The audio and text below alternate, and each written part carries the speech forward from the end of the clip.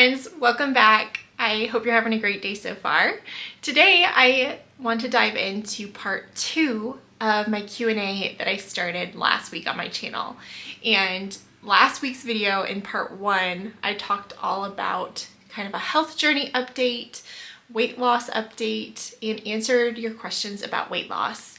And today in part 2, I want to dive into fitness, what my fitness journey has looked like for the last year to year and a half, and answer your questions regarding that. So if you're excited about today's video, be sure to give it a thumbs up and let's get started. Before we go any further, I kindly wanted to thank Element for sponsoring today's video. The thing I love about Element is they are a delicious electrolyte supplement drink mix that has everything you need and nothing you don't.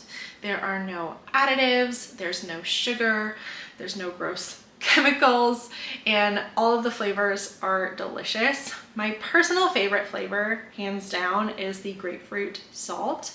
I also really enjoy the watermelon flavor and the citrus salt. Those are some of my favorite ways to drink my Element and just make sure that I'm constantly replenishing my body of what it needs while training for this upcoming race and marathon journey.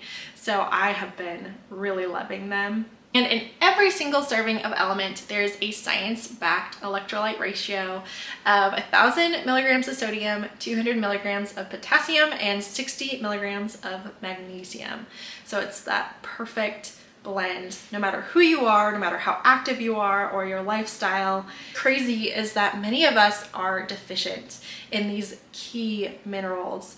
Our body needs them. I find that taking electrolytes helps in reducing headaches, muscle fatigue and soreness, muscle cramps, and so much more. And right now, Element is offering my listeners a free sample pack with any drink mix order. So you get 8 additional samples with your purchase. And that's a really fun way to get started with Element because you can try all the flavors and see what you like. All you have to do is go to drinkelement.com/Amy. It will also be linked down in the description below. And a big thanks to Element again for sponsoring today's video. It is a very gloomy day outside, so if the lighting comes in and out a lot, I'm so sorry. It looks like it's about to pour, and 'tis the season for lawnmowers when I'm filming. It seems like May through August, anytime I sit down to film a video, somebody in the neighborhood is mowing their lawn, but that's okay. Kind of diving into my story.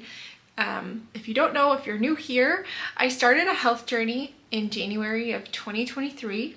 I was around 230 pounds, 228-ish pounds, and I'm 5'6".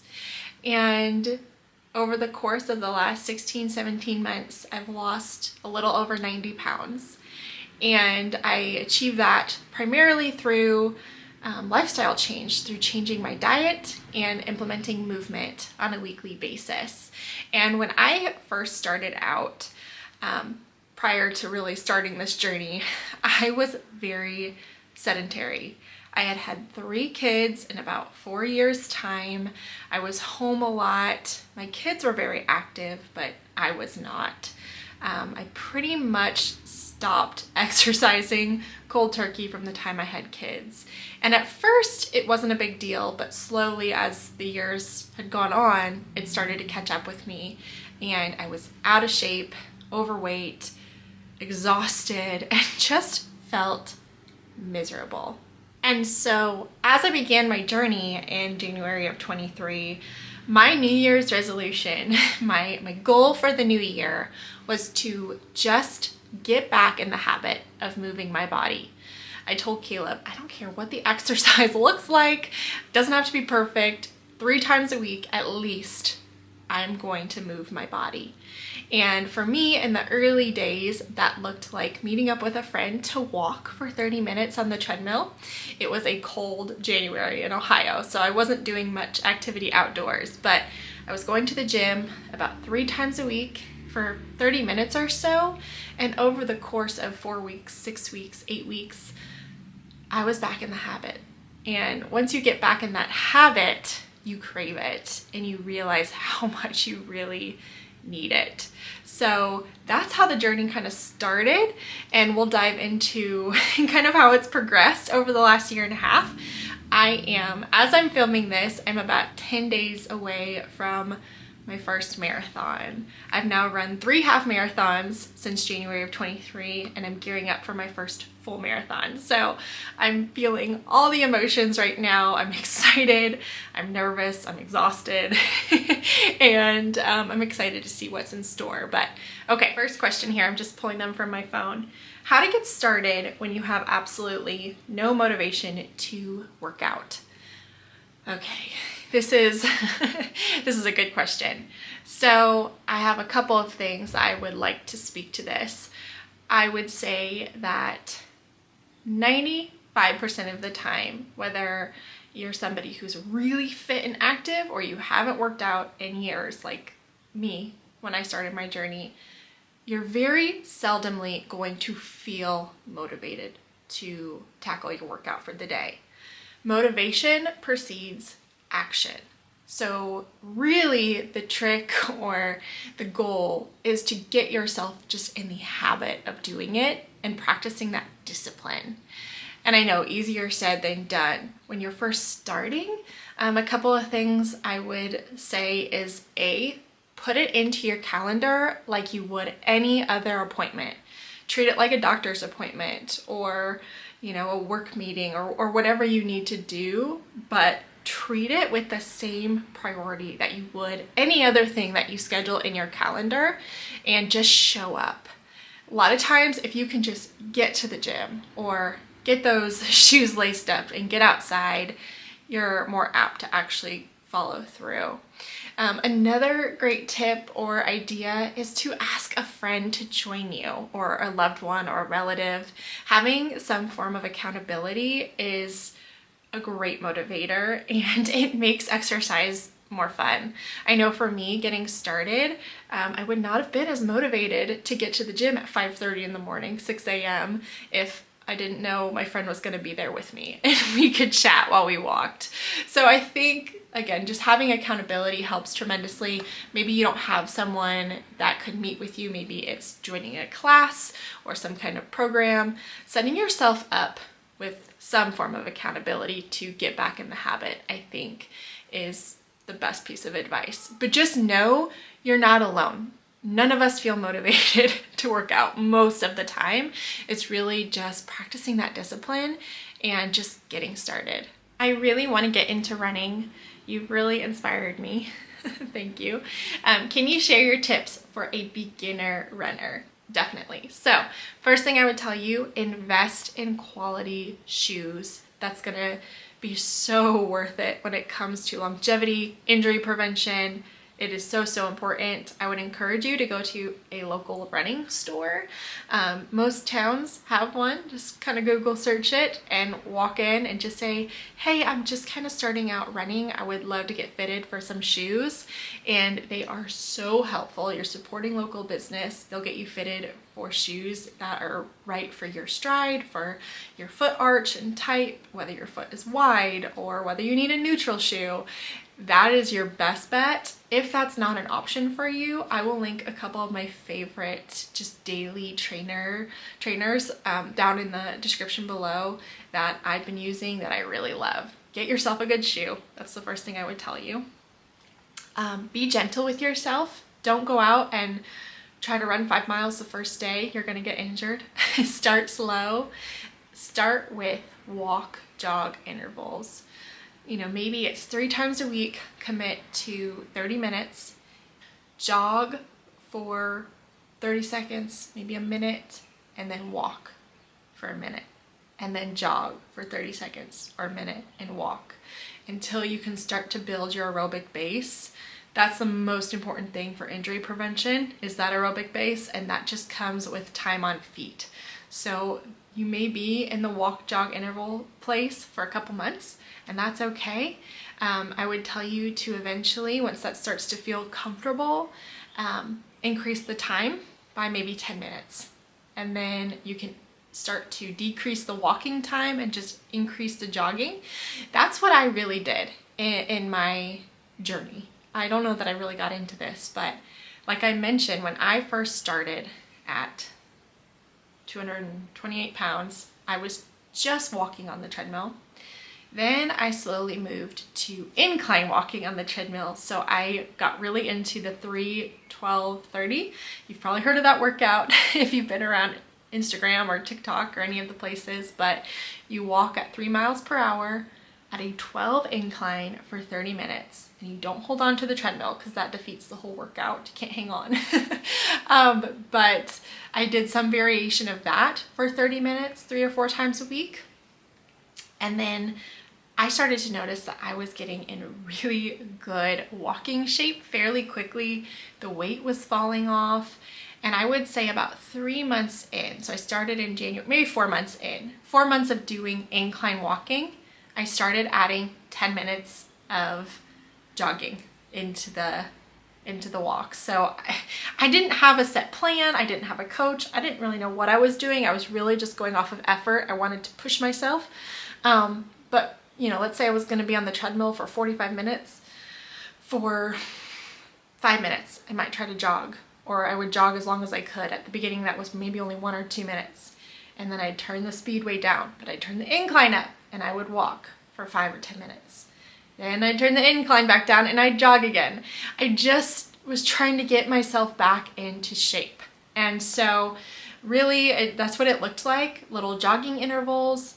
And then by May of 23, so February, March, April, May, 5 months into my journey, I think at that point I was down about 60 pounds, and I started to go outside for my workouts because the weather had turned here in Ohio and it got nicer, and I started jogging more. I was to a point, I had built up enough of aerobic base that I could jog for 20 or 30 minutes without having to walk. And then I just slowly increased the time and mileage from there. So I hope my story is a testament that you don't have to go out and like sprint today. It's okay to start with walking, to start slow, and to slowly, gradually build and work your way up. It's not going to happen overnight. You have to be patient with yourself, but you can work your way to running if that's something you want to do. It's very possible. Just give yourself lots of grace and don't go out and do too much too soon, and you'll be running in no time. Do you strength train, and how often? Yes, I do. It is essential, so essential as a runner, staying strong, and just as a woman. I think every female should be doing some form of resistance training. It is so good for your body. But for me personally, I've really simplified it, and I don't do it nearly as much as I would like to. If I'm being honest, I think after this marathon, I'm going to start adding in more strength training. But currently, I only strength train 2 times a week. And when I strength train, I do full body workouts or full body splits. So in the strength training world, you might hear the word split, and that just means focusing on certain muscle groups, certain days of the week. So maybe it's a lower body split or push or pull, depending on your arm movements. But for me, I do full body 2 times a week. So they're longer workouts. They're 45-minute, sometimes an hour-long strength training session, but I knock it all out. And I'm usually doing it it's been Tuesday or Wednesday, and then again on Saturday is what it looks like currently. If you're someone that's doing cardio and strength training on the same day, which should you do first? That's a really good question. And again, at the end of the day, as long as you're getting it done, it really probably doesn't matter too much. It just kind of depends what your priorities are and your goals.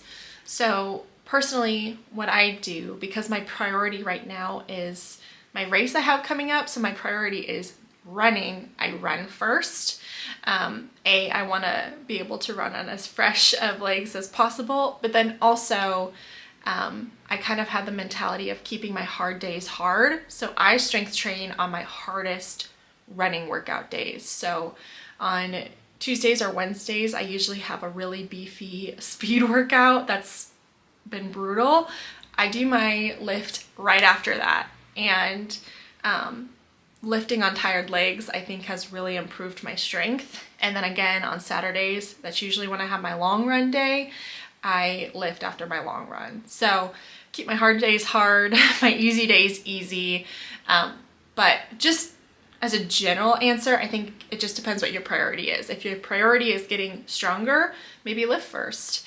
If your priority is running, run first. So just depends.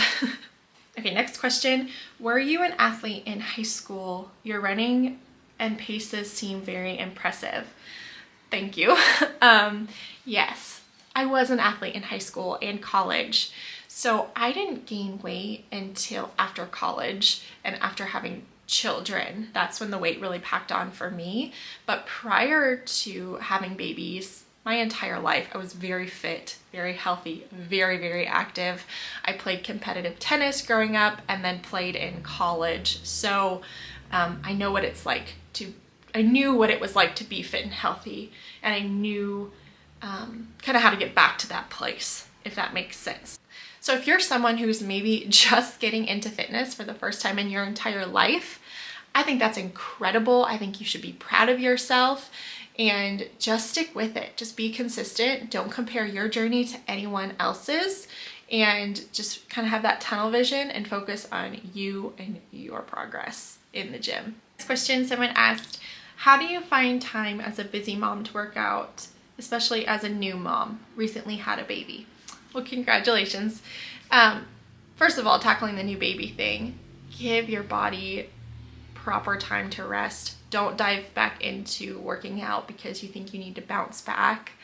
Take it for someone who not even working out, but just did too much around the house after a third baby. Don't overdo it. Give your body the proper time it needs to recover from what you just went through. But then, of course, when you are cleared by your doctor and you are getting back to working out, life is different. You are a lot busier. You're juggling so much. So again, give yourself lots of grace. I do think you find time for things that you prioritize. And so if fitness really is a priority, you'll find those pockets. It doesn't have to be a whole hour to make time to go to the gym. Maybe it's just finding 10-minute pockets throughout the day, or using nap time to do home workouts on YouTube. Or maybe it's taking your baby on 2 or 3 10 or 15-minute walks a day. You know, it doesn't have to be all at once. I think just getting creative with your time and prioritizing movement is really the key. What does your running schedule currently look like? So it looks very different from when I first started, which I think we'll dive into that. I think there were some questions about that. But currently, since I've been training for this full marathon, which I started training for in December, I run 6 days a week. So 80% of my runs look like easy runs. That just means easy effort. So my very comfortable pace. I'm not, crazy out of breath. I could hold conversation. My coach likes to call it conversation pace. Most of my runs throughout the week look like that. So they're easier effort, and that's usually 4 days out of the 6 look something like that. But then 2 days out of the week, I have some harder effort workouts with my running. So usually midweek, I have a big speed workout where I'm doing different speed intervals or different tempo workouts or track workout, just depends what my coach prescribes to me. And then on Saturdays, I have long run, which I've just been, increasing mileage every single week. And I actually just had my big 20-mile workout last Saturday. And man, it felt so good to complete that and be done with the training. And I am more exhausted than I've ever been in my whole life. It has been very time consuming. It has been exhausting. It has been a joy. It has been crazy. I've learned so much about myself, and I've pushed myself to do things that I never thought possible. But yes, currently running 6 days a week, running a ton of mileage, but that's just because what my season looks like right now. I think once this race is over, that'll get scaled way back. So again, you can't really compare. When I first started running, we'll just go into that now. Somebody did ask, like, what did your running look like when you first started? I was running probably about 3 to 4 times a week, and usually not much longer than like 30 or 45 minutes. Go out for a lot of 3-mile runs or 4-mile runs 3 or 4 times a week. And that's really how I got back into it, and then eventually signed up for my first half marathon, and I started to increase mileage from there. Can you talk about how you recover from running and working out? I'm dealing with so much soreness. Yes, me too. Sometimes I think it's just getting acclimated to feeling sore again. Nobody likes to be sore, but it's just kind of it's kind of the name of the game. I will say things that help me tremendously after a big workout day, or a long week, or whatever it may look like. I implement things like using my Theragun, my massage gun. I have a foam roller, and I try to roll out on that as much as I can with my legs and my back, and I'll link some of these things down below if you want to check them out.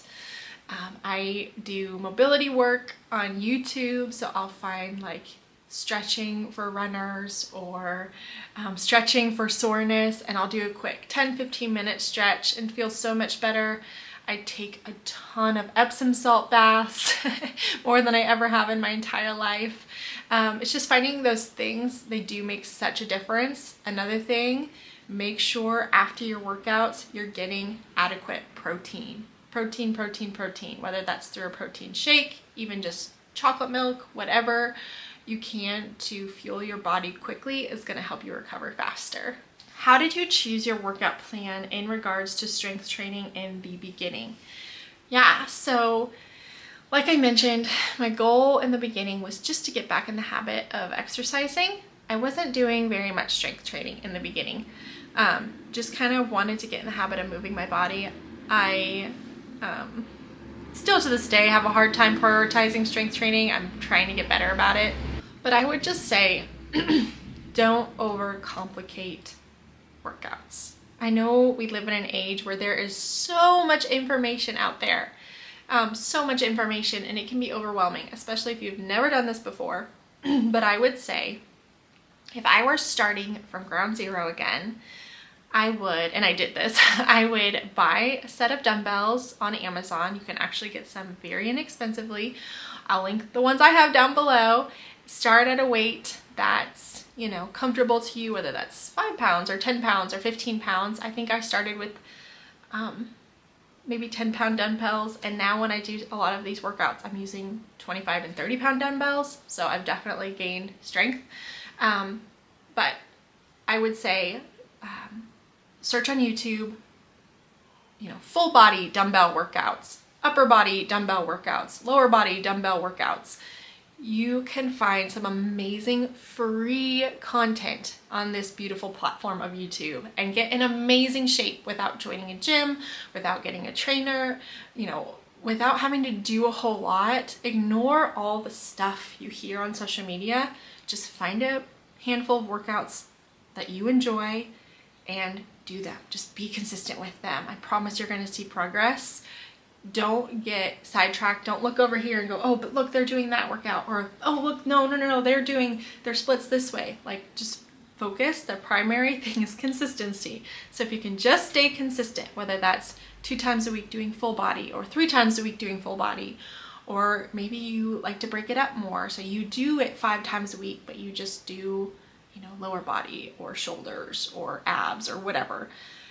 My advice would be, though, if you have no knowledge, you're just starting out, find free workouts on YouTube and just get in the habit of being consistent with those before you go buy anything, before you go get a gym membership, before you do any of that. Caroline Gervin is my absolute favorite trainer here on YouTube. I've done a handful of other people, but I always recommend to my friends and family Caroline Gervin because her workouts are incredible. She is a beast, and you will be sore tomorrow if you do her workout today. I can guarantee that. How have your nutritional needs changed since training? Okay, last question we'll end on. Did you factor in your calories burned when you were first trying to lose weight? I never know whether I should or shouldn't. So this just depends on you and how quickly you want to lose the weight, your goals, and how much you're burning. I'll just give you my example. I did not factor it in. I looked at any form of movement as a bonus when I was first trying to lose weight. I stayed within my range as far as intake of calories goes. I did not give myself a bunch of extra calories because I worked out. I was trying to be in as much of a deficit as possible. I was eating enough. I was eating plenty for what my goals were, but I didn't want to factor in calories burned and slow down my progress. And so another thing to think about is that I was at the beginning, I don't know what you're doing for fitness, but I was only walking, 30 minutes 3 times a week.